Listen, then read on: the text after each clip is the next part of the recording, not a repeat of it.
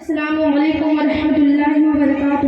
وعلیکم السلام ورحمۃ اللہ وبرکاتہ۔ دل میں جگر میں آنکھ میں بس تو ہی تو رہے، کہ دل میں جگر میں آنکھ میں بس تو ہی تو رہے، اس کے سوا نہ دل میں کوئی آرزو رہے، حسرت یہی رہے یہی جستجو رہے، حسرت یہی رہے یہی جستجو رہے، نظریں جدھر اٹھاؤں بس تو ہی تو رہے۔ اس اہتمام شوق سے سجدے کروں ادا، کہ اس اہتمام شوق سے سجدے کروں ادا، کہ تیرا خیال آئے تو دل باوضو رہے۔ نحمده ونصلي على رسوله الكريم، أما بعد، فأعوذ بالله من الشيطان الرجيم، بسم الله الرحمن الرحيم۔ وَلَسَوْفَ يُعْطِيكَ رَبُّكَ فَتَرْضَىٰ، صدق اللہ العظیم وصدق علی رسولہ النبی الامین المتین الکریم، ونحن علی ذلک من الشاہدین والشاکرین، والحمد للہ رب العالمین۔ آئیے ہمارا آقا نامدار مدینے کے تاجدار، دونوں عالم کے مالک و مختار، ٹوٹی ہوئی ہڈیوں کو لوہے میں دھن سے جوڑ دینے والے آقا، سبز گنبد میں آرام فرمانے والے آقا، ارے وہی آقا جس کے بارگاہ میں ادرا گیا تو آلہ بن کر آیا، آلہ بھی گیا تو صحابی بن کر آیا، ادرا گیا تو دریا بن کر آیا، ناپاک گیا تو پاک بن کر آیا، غریب گیا تو امیر بن کر آیا، جس کے صدقے طفیل زمین و زماں بنا، جس کے صدقے طفیل مکین و مکہ بنا، جس کے صدقے طفیل چاند اور سورج بنے، جس کے صدقے طفیل زمین اور آسمان بنا، جس کے صدقے طفیل خام اور آگ بنے۔ آئیے انہیں آقا کے بارگاہ رسالت میں عقیدت کی تھالی اور محبت کی ڈالی میں سجا کر پیش کریں اور پڑھیں باوزِ بلند، اللہم صلی علی سیدنا مولانا محمد بارک وسلم، صلو علیہ صلاۃ وسلام علیک یا رسول اللہ صلی اللہ علیہ وسلم۔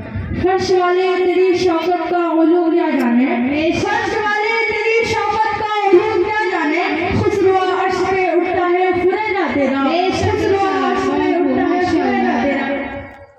ابھی میں نے جس آیت کریمہ کی تلاوت کا شرح حاصل کیا ہے، وَلَسَوْفَ يُعْطِيكَ رَبُّكَ فَتَرْضَىٰ، اس کا سیدھا سادہ ترجمہ یہ ہے کہ اے میرے محبوب، عنقریب تمہارا رب تم کو اتنا عطا کرے گا کہ تو اس سے راضی ہو جائے گا۔ تاریخ پڑھیے تو معلوم ہوگا کہ جب حضرت آدم علیہ السلام دنیا میں تشریف لائے تو ان کے دل میں یہی خواہش ہے کہ اللہ تبارک تعالیٰ اس سے راضی ہو جائے۔ حضرت نوح علیہ السلام جب دنیا میں تشریف لائے تو ان کے دل میں یہی تمنا رہی کہ اللہ تبارک تعالیٰ اس سے راضی ہو جائے۔ حضرت نوح علیہ السلام جب دنیا میں تشریف لائے تو ان کے دل میں یہی تمنا رہی کہ اللہ تبارک تعالیٰ اس سے راضی ہو جائے۔ حضرت ابراہیم علیہ السلام جب دنیا میں تشریف لائے تو ان کے دل میں یہی خواہش رہی کہ اللہ تبارک تعالیٰ اس سے راضی ہو جائے۔